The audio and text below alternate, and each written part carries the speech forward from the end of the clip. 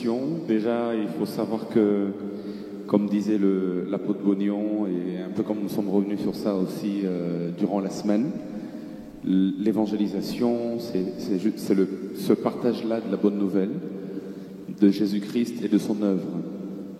Et donc, il va de soi que avant l'évangélisation, même si Dieu peut utiliser même le peu que nous savons pour gagner plusieurs, mais il est important en tant qu'évangéliste, en tant que ceux qui sont sur le terrain, de connaître ce dont nous parlons. C'est très très important.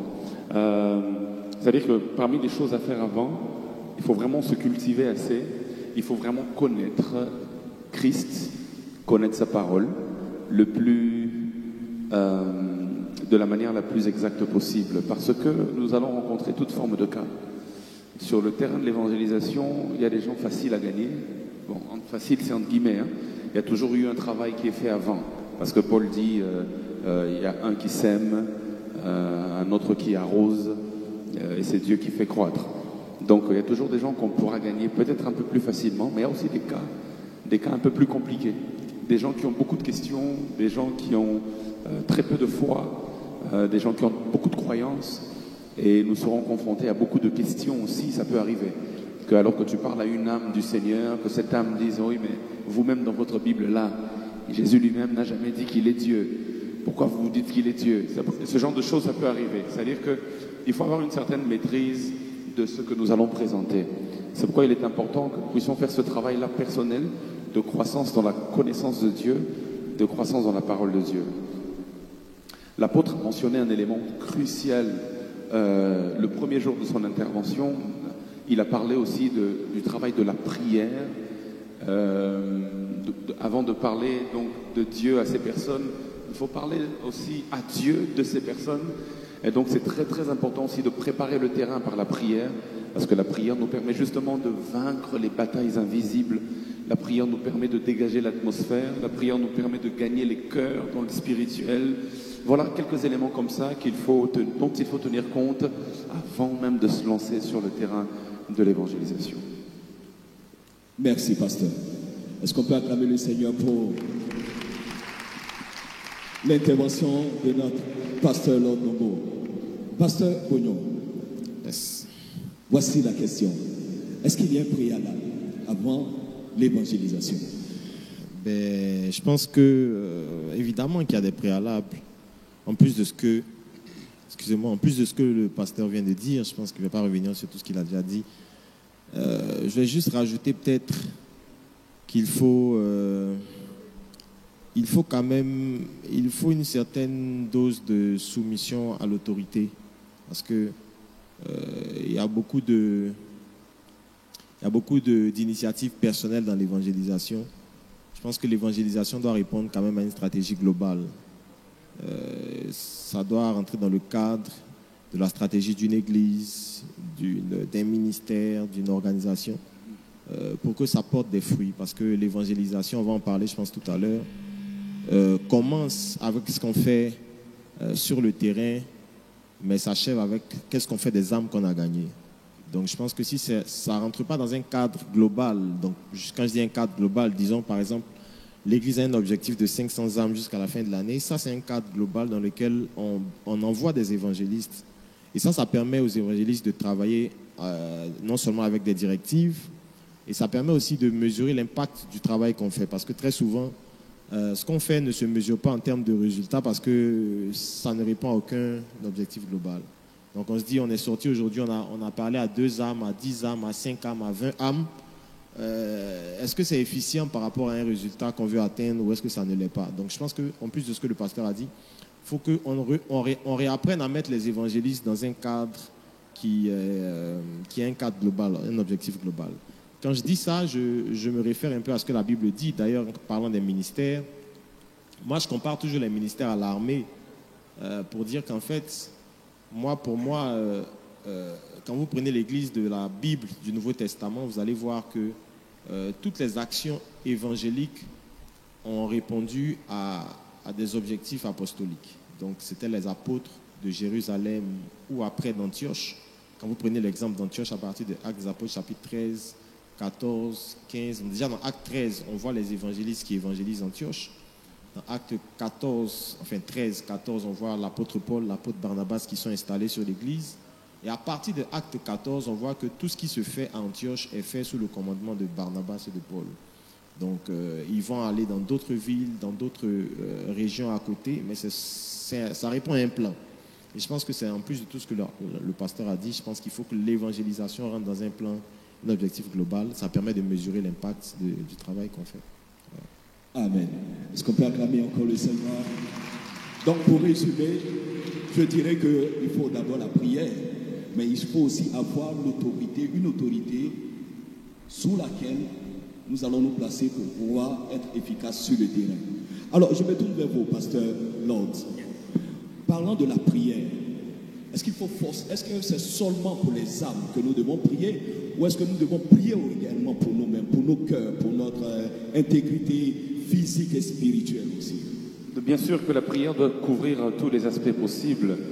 On prie pour les âmes, parce qu'on prie pour leur cœur, on prépare leur terrain. C'est un peu comme un laboureur qui, avant même de déposer la semence qu'il veut qu'il veut voir grandir, avant de déposer la semence, il prend le soin de préparer le terrain. Il prend le soin d'arranger, de défricher le champ, et il prend le soin vraiment de tout arranger avant même qu'il place la semence. Évidemment que la semence, c'est la parole. La semence, comme Jésus disait, le grain, c'est justement la parole qui tombe sur différents types de terres. Et la plupart des terres dont Jésus a parlé, l'une des raisons pour lesquelles ces terres n'ont pas produit ce qu'il fallait, c'est à cause du fait qu'elles n'étaient pas assez préparées. Parce que la semence est tombée sur des ronces, sur des épines. Voilà, les terres n'étaient pas préparées. La prière, justement, permet de préparer le terrain, d'enlever toute forme de ronces, toute forme d'épines. On prie pour les cœurs, mais on prie pour nous-mêmes aussi, parce que sur le terrain de l'évangélisation, il y a aussi des attaques spirituelles. Donc il est très important, c'est là où je rejoins aussi l'apôtre, lorsque c'est fait justement sous une couverture spirituelle, comme sous l'instigation d'une église locale, ou même d'un père spirituel, ça permet justement d'être couvert aussi. C'est très très important. Et c'est pour cela qu'il faut prier. Il faut prier afin que Dieu nous garde. Il faut prier afin que Dieu nous donne les paroles qu'il faut. Il y a des points de prière que je peux donner, par exemple, où, vous savez, dans l'église primitive, ils ont eu à prier, dit, donne à tes serviteurs de parler avec assurance et qu'ils se fassent des signes et des prodiges pendant qu'ils parlent de toi. Donc là, ils ne sont pas encore partis parler. Mais avant même d'aller parler, avant l'évangélisation, il faut une prière. Ils demandent l'assurance. Ils demandent des signes, ils demandent des miracles. Voilà, ça c'est le type de prière qu'il faut faire aussi par rapport à la préparation de la descente sur le terrain de l'évangélisation. Et évidemment, il y a plusieurs autres prières à faire. Jésus dit par exemple que, bon, c'est vrai qu'il parle dans un cas de ceux qui sont accusés dans les tribunaux, il dit, ne vous inquiétez même pas de ce que vous aurez à dire, parce qu'au même moment, le Saint-Esprit vous inspirera, je paraphrase, c'est qu'il y aura à dire. Il faut aussi prier pour ce genre d'inspiration, parce que vous savez, la formule, ou bien le développement de la pensée par rapport à l'évangélisation, ou le développement de l'idée qui marche avec telle âme, ne marchera pas forcément avec telle autre âme, mais c'est Dieu qui s'est inspiré, à savoir à telle personne il faut dire exactement telle chose, à telle autre personne exactement, Dieu sait. Et cette dépendance à l'esprit doit aussi être un sujet de prière afin de nous aider justement à être le plus efficace possible. Merci, pasteur. Alors, je me tourne vers vous, pasteur Bognon. Yes. Dites-moi, vous avez parlé de tout de suite cette autorité qui doit être sur nous. Est-ce qu'il y a un danger? Est-ce qu'il y a des conséquences? Parce qu'aujourd'hui, nous voyons qu'il y a des gens qui disent qu'on n'a pas besoin d'appartenir à une église avant de pouvoir annoncer la parole de Dieu. Est-ce que vous prendrez le cas de cette fils de Séva pour un exemple? Parce que nous connaissons toute cette histoire. Voici des gens qui ont essayé d'annoncer l'évangile aussi, mais le démon s'est tourné vers eux pour leur poser la question, qui êtes-vous? Nous connaissons Jésus, nous savons qui est Paul, mais vous, qui vous a envoyé? Est-ce que c'est de ça que vous êtes en train de parler? Est-ce qu'il y a un danger à ne pas se mettre sous l'autorité spirituelle d'une église ou d'un pasteur? Oui, je pense qu'il y a un danger, c'est un danger clair, c'est un danger clair de ne pas travailler sous autorité. Le royaume de Dieu lui-même est un royaume d'autorité. on ne peut pas travailler sous la royauté et s'extirper de l'autorité. Depuis Dieu lui-même jusqu'au plus petit d'entre nous, on est tous censés être soumis à une autorité. Tout ce qu'on ne fait pas sous autorité n'entre pas dans le cadre du royaume. Il faut être honnête pour le dire. C'est pas parce qu'une chose est bien qu'elle est bonne en même temps. Donc, elle peut être juste, correcte. On peut vouloir évangéliser, c'est la volonté de Dieu. Mais c'est pas parce que tu évangélises que ce que tu es en train de faire, la façon dont tu es en train de le faire est correcte. Il faut le faire aussi avec le protocole, avec la manière. Jésus a dit, quand vous demandez, dites. Donc, prier, c'est une bonne chose, mais le protocole de la prière aussi est important. Donc, ça veut dire que pour Dieu, ce n'est pas juste l'action qui compte, c'est aussi la façon dont on pose l'action qui compte. Donc, évangéliser sans autorité, c'est clairement, moi je dis que c'est clairement un suicide, parce que ça a des conséquences soit sur l'instant, soit à long terme sur les personnes qui le font. J'ai donné quelques exemples quand je parlais le vendredi, des exemples que j'ai vécus, que j'ai vus, je pense qu'il y en a qui peuvent en citer. Mais au-delà de tout ça, les conséquences spirituelles du fait de le faire sans être soumis à une autorité sont pas mesurables. C'est ça aussi le danger avec ce genre de conséquences, c'est qu'on ne peut pas mesurer exactement ce qui va t'arriver, tu vois. On ne peut pas te dire tu vas mourir pendant que tu le fais, tu vas tomber malade, tu vas devenir fou. On ne peut pas te dire exactement ce qui va t'arriver. Mais ce qui est sûr, c'est qu'il va t'arriver quelque chose. Tu vois. C'est comme pécher. On ne peut pas te dire si tu pêches demain, si tu désobéis à la parole de Dieu, voilà ce qui va t'arriver. Mais il va forcément t'arriver quelque chose. Donc il faut se soumettre à l'autorité. Pour moi, ça c'est un principe non négociable. Il faut se soumettre à l'autorité et ça permet d'être plus efficace, ça permet d'être couvert, ça permet d'atteindre les objectifs. D'accord, pasteur, vous êtes face aux caméras. Est-ce que vous pouvez donner un conseil à tous ces jeunes évangélistes, à tous ces jeunes qui veulent évangéliser? Est-ce que vous pouvez les regarder droit dans les yeux et leur dire ça, leur donner un conseil? Bon, s'il faut donner un conseil, moi ce que je vais dire, c'est que c'est comme dans tous les ministères, dans toutes les activités de l'Église, il faut une couverture. Il faut une couverture, que ce soit pour être pasteur, que ce soit pour prêcher l'Évangile, que ce soit pour organiser des cellules, que ce soit pour évangéliser, il faut une couverture. Et je pense que on gagnerait tous à être plus efficaces. Quand je dis tous, c'est le royaume, à être plus efficace si on fait ce qu'on fait avec la couverture, l'autorité de quelqu'un qui nous garde dans le cadre. Et je vais donner cet appel, je le dis à chaque fois que j'en ai l'occasion en prédication. Pour moi, les évangélistes, l'onction évangélique, le ministère évangélique a besoin de la couverture d'un père, d'un apôtre, d'un pasteur, d'un ancien, etc. Même si ce n'est pas l'ancien qui va en guerre, comme le général souvent ne va pas en guerre, mais la stratégie, l'expérience, le parcours, le vécu accompagne ceux qui l'envoient sur le champ de bataille. Pour moi, ça c'est non négociable, c'est très important. S'il faut donner un appel, voilà ce que je veux dire, quoi.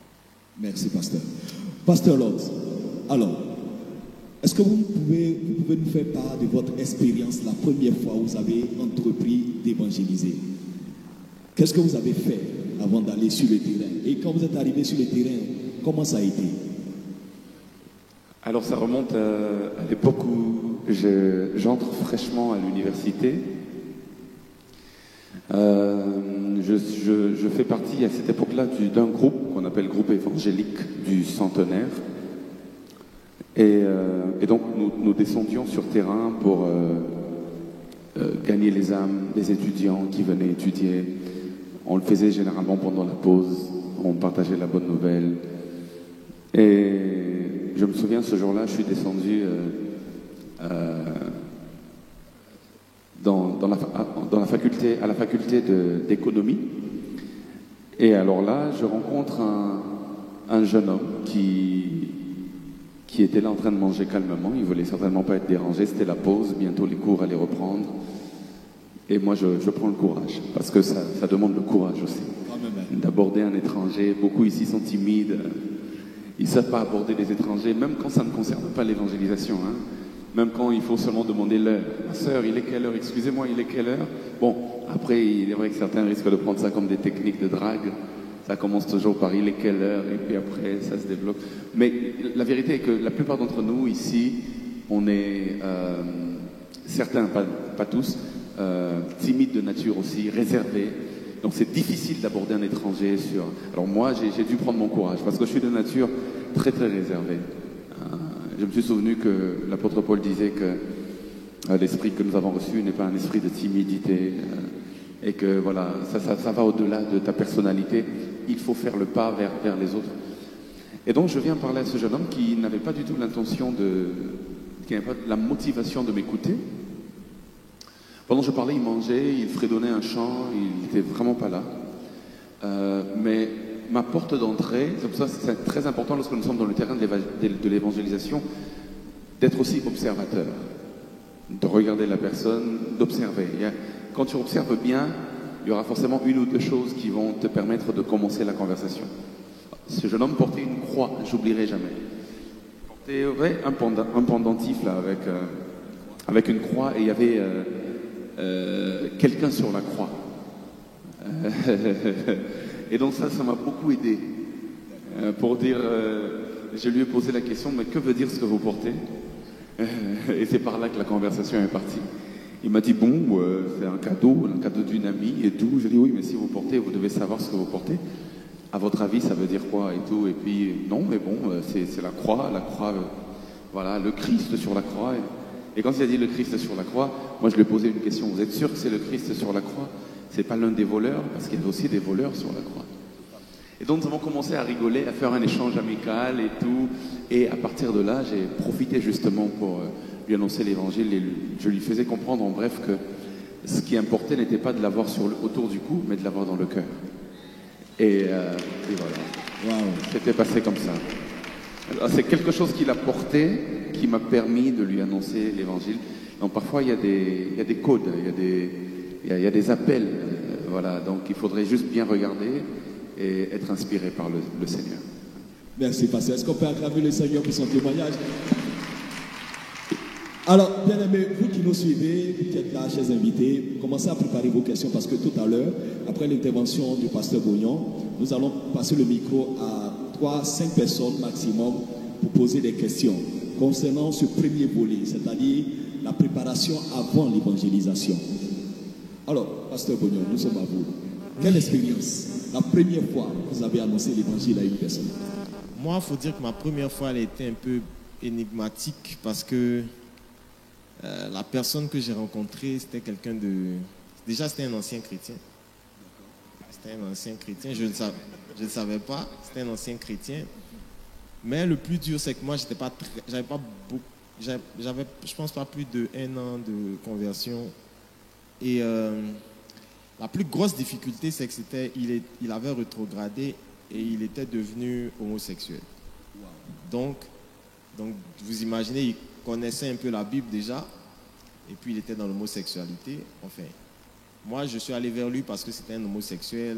C'était le frère d'un ami qui venait à l'église, et son frère nous disait à chaque fois qu'il n'arrive pas à le ramener à l'église et tout ça. Donc, dans nos discussions, on s'est rapprochés, et puis j'ai essayé d'introduire le sujet de la foi.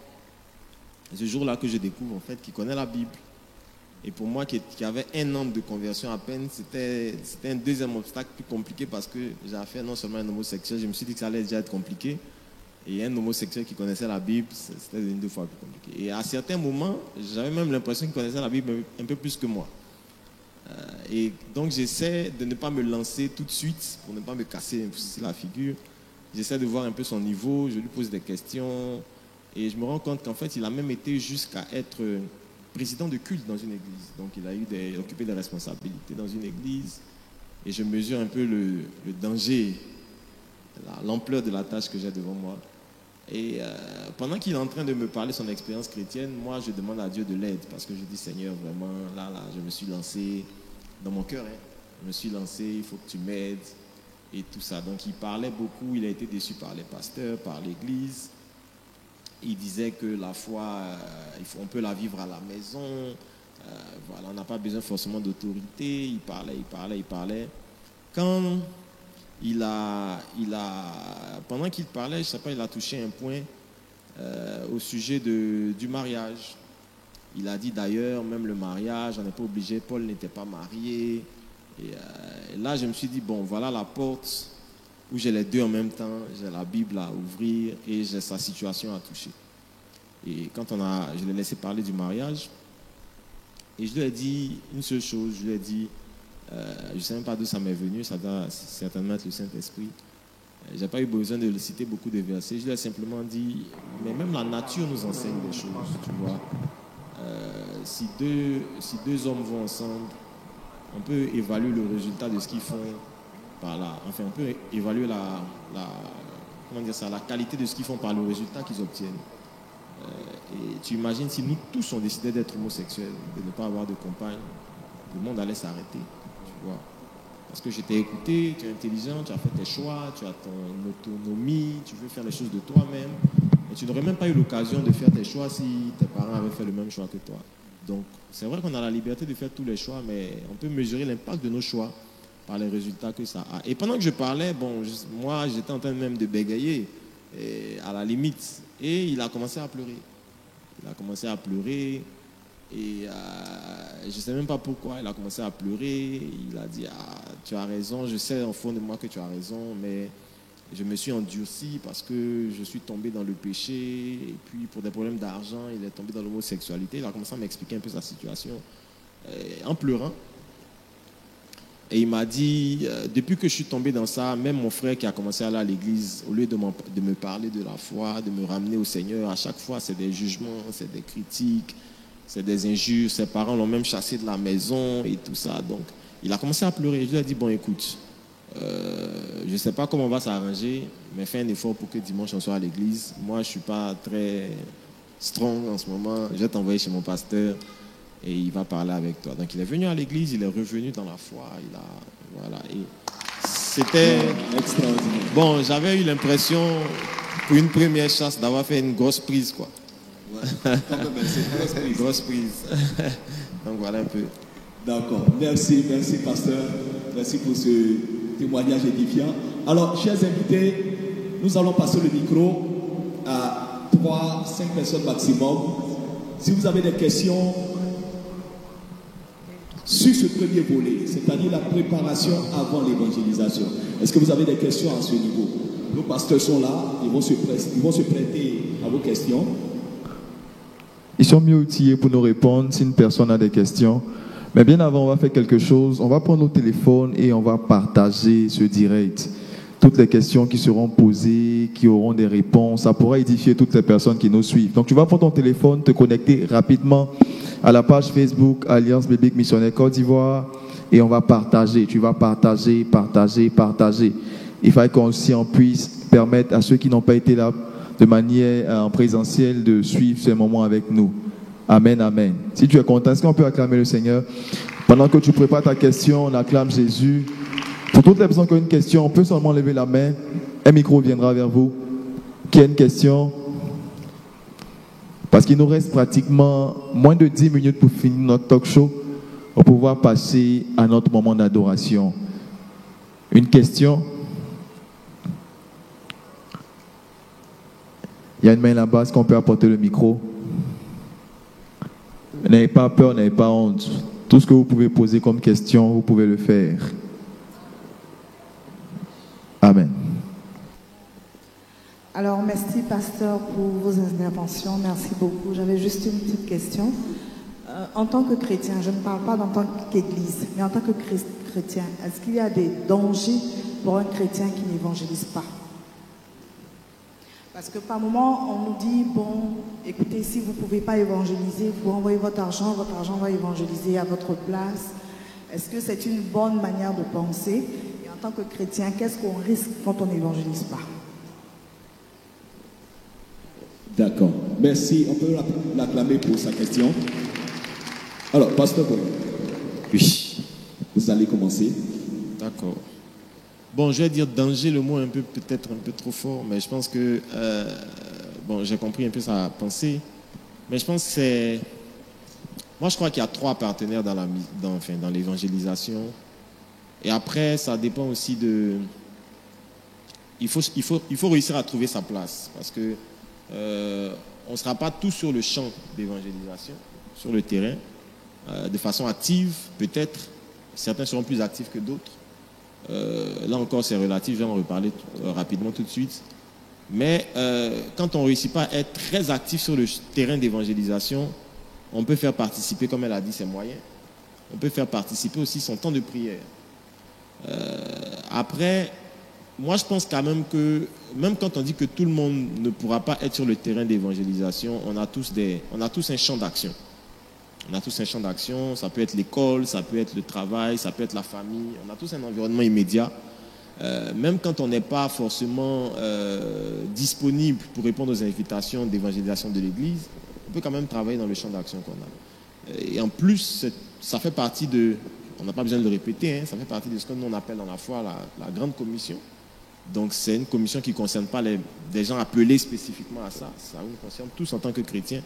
Donc je pense que, ouais, je ne vais pas dire qu'il y a un danger, mais je pense qu'il faut mesurer la responsabilité de participer à l'évangélisation, à l'expansion du royaume. Il faut mesurer cette responsabilité, il faut la prendre.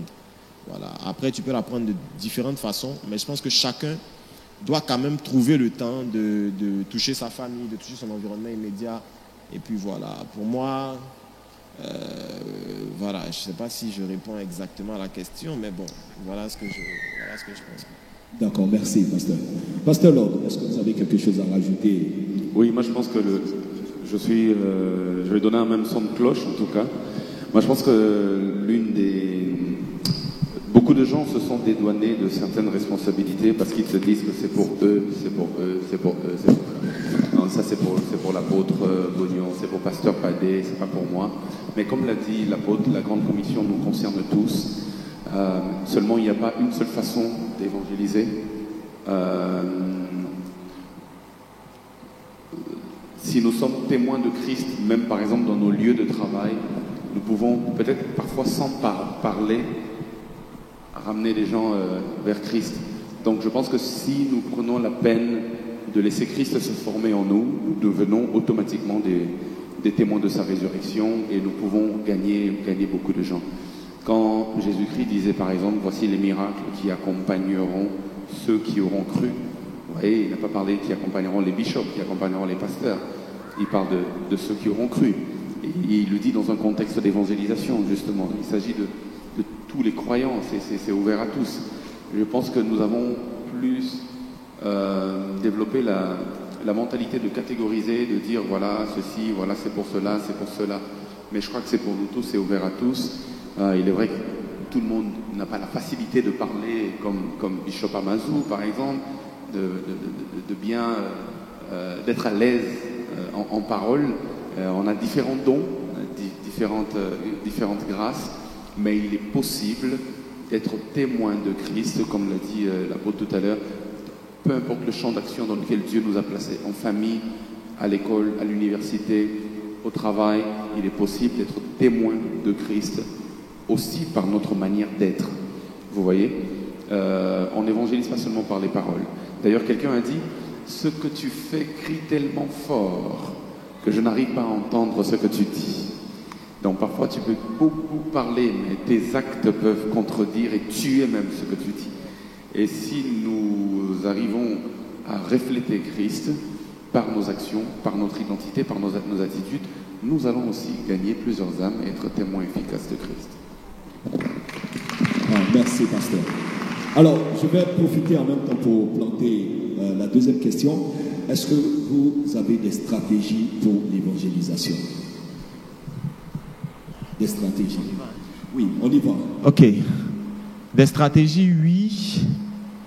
Bon, déjà, comme moi je l'ai dit, moi je pense que la stratégie, déjà, quand on parle de stratégie, moi je réponds à deux niveaux. Première chose, il y a des choses qui sont standards. Taper à la porte d'un ami, d'un voisin, je ne sais pas, parler à un collègue. Là, on n'a pas besoin de stratégie. Là, il ne faut pas dire à quelqu'un, tu vas au travail, non, ne parle pas à ton collègue. Déjà, mets-toi comme ça en prière. Non, moi je pense que sur ces éléments-là, faut les distinguer faut les exempter de la stratégie. Il y a un environnement immédiat auquel on appartient, dans lequel Dieu nous a baignés. Dans cet environnement, moi j'ai mon frère, j'ai ma soeur, j'ai mon père, j'ai ma mère qui ne viennent pas à l'église, j'ai pas besoin de stratégie pour leur parler de Jésus. Ça, déjà, faut exempter ça. Après, quand on parle de stratégie, je pense que ça concerne des champs plus larges, plus vastes. Ça concerne des domaines sur lesquels on n'a pas forcément la même mise. Ça concerne par exemple un quartier, une commune, une ville. Ça concerne des champs d'action un peu plus compliqués à atteindre de façon immédiate. Et à ce niveau-là, première chose qu'il faut faire quand on parle de stratégie, déjà, il faut écouter le Saint-Esprit. Parce qu'on ne peut pas... aucune stratégie n'est valable pour tous les endroits, selon moi. Après avoir écouté le Saint-Esprit, il faut être attentif, il faut discerner. Parce que souvent, notre problème avec la voix de Dieu, c'est que parfois la Bible dit, on oublie un verset dans Job qui dit que Dieu parle tantôt d'une façon, tantôt d'une autre, mais on n'y prend point garde. Parce que parfois le problème, ce n'est pas que Dieu n'ait pas parlé, parfois c'est le problème, c'est qu'on n'y a pas pris garde. Et parfois, ne pas prendre garde, on manque de sensibilité, on manque de discernement, etc., etc. Donc quand Dieu finit de parler, il faut avoir les yeux ouverts. Il faut discerner, il faut regarder, il faut comprendre. L'apôtre Paul, par exemple, arrive à Athènes et puis il dit, j'ai parcouru la ville, j'ai regardé ce qui fait l'objet de votre dévotion. En d'autres termes, il sait que Dieu va lui parler, mais il garde les yeux ouverts quand il est dans la ville. Il regarde qu'est-ce qu'ils ont l'habitude de faire. Et quand on veut recevoir une stratégie de Dieu dans un endroit, dans un environnement, il faut garder les yeux ouverts aussi. Il faut regarder les habitudes des gens, il faut regarder ce qui les touche, ce qui les passionne, ce qu'ils aiment, là où ils se rassemblent. Par exemple, quand vous allez en Europe, vous n'allez pas voir des gens comme chez nous, chacun est dans son quartier, dans la rue, en train de bavarder. Mais ils ont des endroits où ils se rassemblent, le centre commercial, etc. Donc, il faut apprendre à observer. Sinon, Dieu va te parler, mais ton manque de capacité à observer, à discerner, va te faire manquer la stratégie. Donc, je pense que quand on veut une stratégie, premièrement, il faut écouter Dieu. Et deuxièmement, il faut être suffisamment sensible, il faut garder les yeux ouverts. Et ce sera difficile pour moi de dire, il faut faire telle stratégie, il faut faire telle stratégie. Je pense que je ne serai pas très efficace si je le dis. Mais je veux dire, quand tu remplis ces différents processus, Dieu va te donner les méthodes qu'il faut pour les gens que tu dois toucher, pour les personnes auxquelles tu dois t'adresser. Chacun comprend un langage. D'ailleurs, le mot ethnos, le mot nation, qui est utilisé dans discipliner les nations, c'est un mot grec qui veut parler de groupe d'individus qui parlent un langage commun. Donc, chacun entend un langage. Les médecins entendent un langage, les sportifs entendent un langage. Ça veut dire qu'il y a une façon de parler à laquelle chacun réagit. On peut dire la même chose, mais dans différentes langues. Jésus nous l'a montré avec les paraboles comment dire ça, comment il le dit là, les paraboles, la même parabole adressée à différentes personnes. Donc quand il parle du trésor placé dans un champ, quand il parle de la parabole du semeur, etc. Donc il sait s'adresser en disant le même message dans différents langages. Et je pense que c'est ça la capacité à avoir une bonne stratégie, c'est de comprendre le langage que les gens parlent et puis de ramener le message qu'on a à leur envoyer dans le langage qu'ils parlent. Donc en ce moment, on trouve la bonne stratégie si on suit ces différentes étapes. Excusez-moi de ne pas vous donner une stratégie, mais je pense qu'il faut commencer par ça et puis voilà, on va arriver à... Merci, pasteur.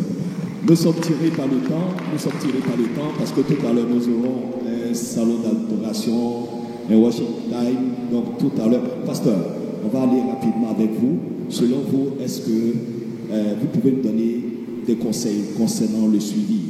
Et après ça, nous allons mettre fin à notre talk show pour passer directement à notre temps d'adoration. D'accord. Alors, l'évangélisation, c'est un pas, mais ça ne s'arrête pas à cela. Parce que lorsque on évangélise une personne et que la personne croit en Jésus, elle expérimente la nouvelle naissance. Mais vous savez que la vie ne s'arrête pas à la naissance. Il faudrait justement qu'il y ait aussi une croissance. C'est pour cela qu'il est important justement de prendre les personnes que nous avons gagnées, de les mettre dans un environnement où leur croissance peut se faire sans beaucoup de difficultés. Vous savez, il y a, au-delà du salut des âmes, lorsque vous lisez Éphésiens chapitre 4 en particulier quand on parle des ministères, des 5 ministères gouvernementaux, comme disent les théologiens, c'est-à-dire l'apôtre, le prophète, l'évangéliste, le pasteur et l'enseignant, le docteur. Lorsque vous lisez, la Bible dit, il les a donnés justement au corps de Christ en vue de l'édification des saints. Et donc voilà, Dieu a donné les ministères pour faire croître les saints. Et ça devient intéressant. Dieu a donné les ministères pour l'édification des saints. C'est ce que Paul dit. Je ne sais pas si j'ai le temps, mais j'aimerais vraiment lire ça. Ouais, c'est très très important que nous puissions le saisir. Donc, je vais juste rapidement lire, ça me prendra un instant. C'est Éphésiens chapitre 4. Les mots sont importants. Éphésiens chapitre 4. Voilà, c'est Paul qui parle, il dit étant monté en haut, il emmenait des captifs et il a fait des dons aux hommes. Et je saute, verset 11, il dit, il a donné les uns comme apôtres, les autres comme prophètes, les autres comme évangélistes, les autres comme pasteurs et docteurs. Pourquoi? Pour le perfectionnement des saints en vue de l'œuvre du ministère et de l'édification du corps de Christ. On a comme l'impression que ça ne concerne pas les païens. Vous voyez, il dit c'est pour le perfectionnement des saints. Qui dit saint, dit ils ont déjà cru en Jésus. Il dit en vue de l'œuvre du ministère, et puis il dit et pour l'édification, donc la croissance, la construction, c'est ça le terme édification, c'est un terme d'architecture, l'édification du corps de Christ jusqu'à ce que nous soyons parvenus à l'unité de la foi. Vous voyez? Donc une fois que nous avons gagné les païens qui sont devenus saints parce qu'ils ont cru en Jésus, il y a des personnes et des structures dont le rôle justement c'est l'édification des saints. C'est pour cela que, vous voyez, comme à titre d'illustration, David veut tuer Goliath. Vous connaissez l'histoire? Il prend 5 pierres dans le torrent et il les met dans sa gibecière. Vous voyez, c'est comme ça. Christ a pris les 5 ministères et il les a donnés comme don à l'Église, sa gibecière. Mais vous voyez, dans la gibecière, il n'y a pas Goliath. Pour tuer Goliath, il faut qu'une pierre, parce que c'est une seule pierre finalement qui a tué Goliath. Il faut qu'une pierre sorte et aille en dehors de la gibecière pour amener l'incirconcis dans la gibecière. La pierre qui sort, c'est l'évangéliste justement, qui est censé justement aller gagner et ramener à la maison afin que la construction de cette personne puisse se faire. Vous voyez, c'est ça qui se passe. Nous sommes appelés, après avoir fait tout le travail de prière et tout, de sortir, d'amener les autres pour qu'ensemble ils puissent grandir. Parce que de toute façon, la croissance spirituelle, c'est pour tout le monde. Vous voyez, même ceux qui ont fait 20 ans ont encore une marge de croissance. Même ceux qui ont fait 30 ans dans le Seigneur ont encore une marge de croissance. Même le pasteur qui prêche, lui-même, il grandit dans ses propres prédications. Vous voyez, et parfois, nous-mêmes, nous sommes édifiés par d'autres ministres. Donc, c'est comme ça que ça se fait. Et il est important de faire ce suivi-là, afin de faire grandir la personne. C'est pour cela que je disais que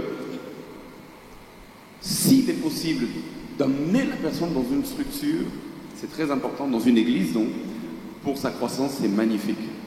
Si ce n'est pas possible, peut-être que vous êtes dans une contrée où il n'y a pas d'église, que vous évangélisez, il est important justement que nous, en tant que chrétiens, que nous soyons suffisamment ancrés dans la parole pour que nous puissions aussi faire l'œuvre, non seulement d'amener la personne à la naissance, mais aussi d'amener la personne à croître par les enseignements que nous-mêmes nous allons commencer à donner.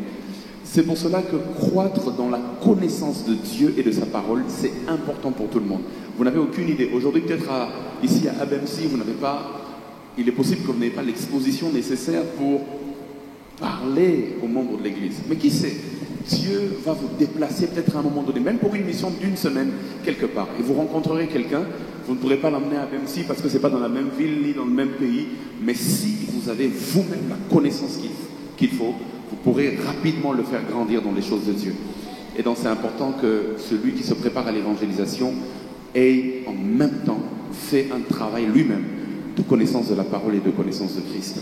Amen. Alors, c'est sur ces paroles-là que nous allons mettre fin à ce premier moment et ensuite, nous allons passer à notre salon d'adoration. Alors, n'hésitez pas, restez sur place et le Seigneur va nous faire du bien. Amen. Nous allons laisser la place à notre dirigeant de ce soir. Amen, amen. Est-ce qu'on peut continuer à acclamer Jésus pendant que nos orateurs, Pasteur Londreau qui prend la place là derrière, dans le siège derrière, et nous permettons au Pasteur Bougnon de se mettre là avec nous. Amen, amen.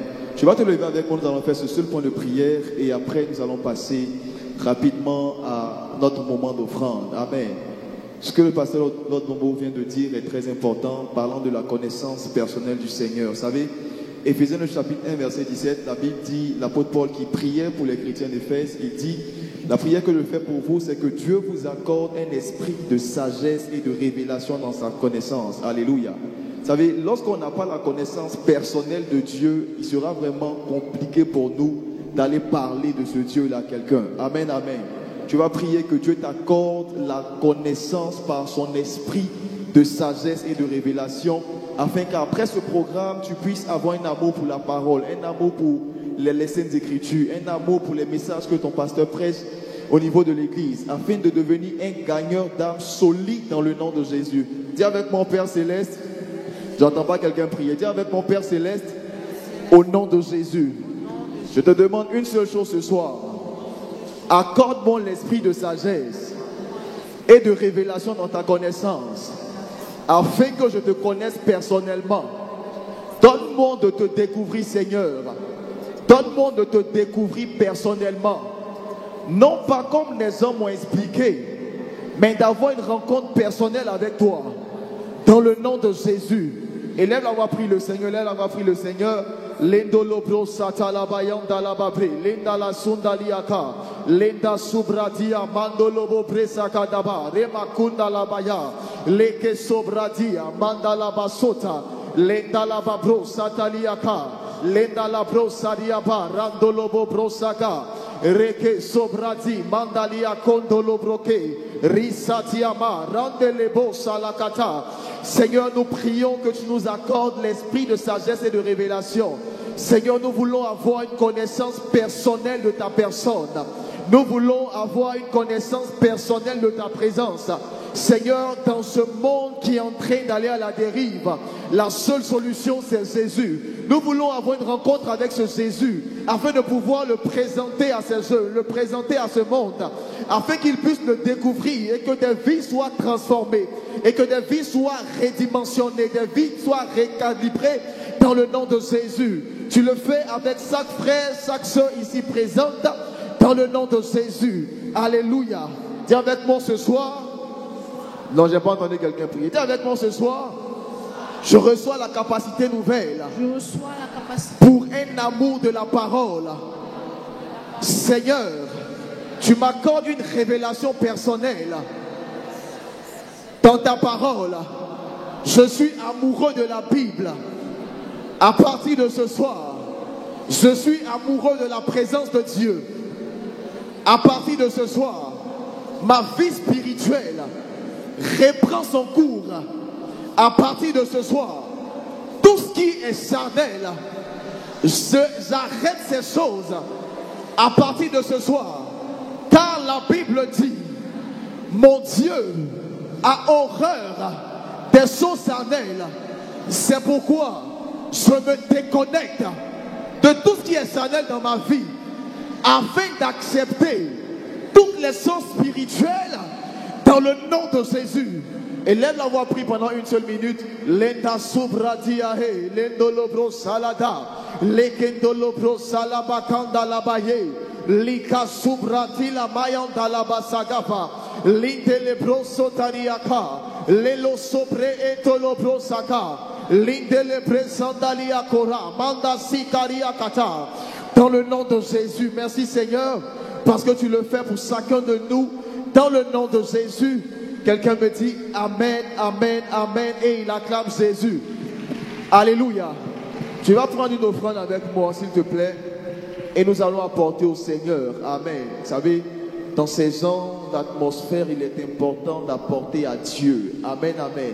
Tu vas apporter une offrande avant que nous ne puissions élever nos voix, élever nos mains, élever nos âmes vers le Seigneur. Dans l'adoration, tu vas apporter une offrande qui est aussi un signe d'adoration. Alléluia. Est-ce que quelqu'un peut lever la main droite avec son offrande et nous prions? Seigneur, merci pour la grâce que nous avons d'apporter, Seigneur, dans cette atmosphère particulière. Nous prions, Dieu, que tu bénisses ces offrandes et qu'elles puissent participer à l'avancement de ton œuvre dans le nom de Jésus. Qualifie-nous à être de vrais et de véritables gagneurs d'âme dans le nom de Jésus. Amen, amen. Les offrandes, ça passe. Les autres sont en train de passer dans les rangées. Dépose simplement une offrande et nous allons laisser toute la place au groupe musical qui va nous donner un cantique. Donc apporte avec joie, apporte en célébrant Jésus. Amen.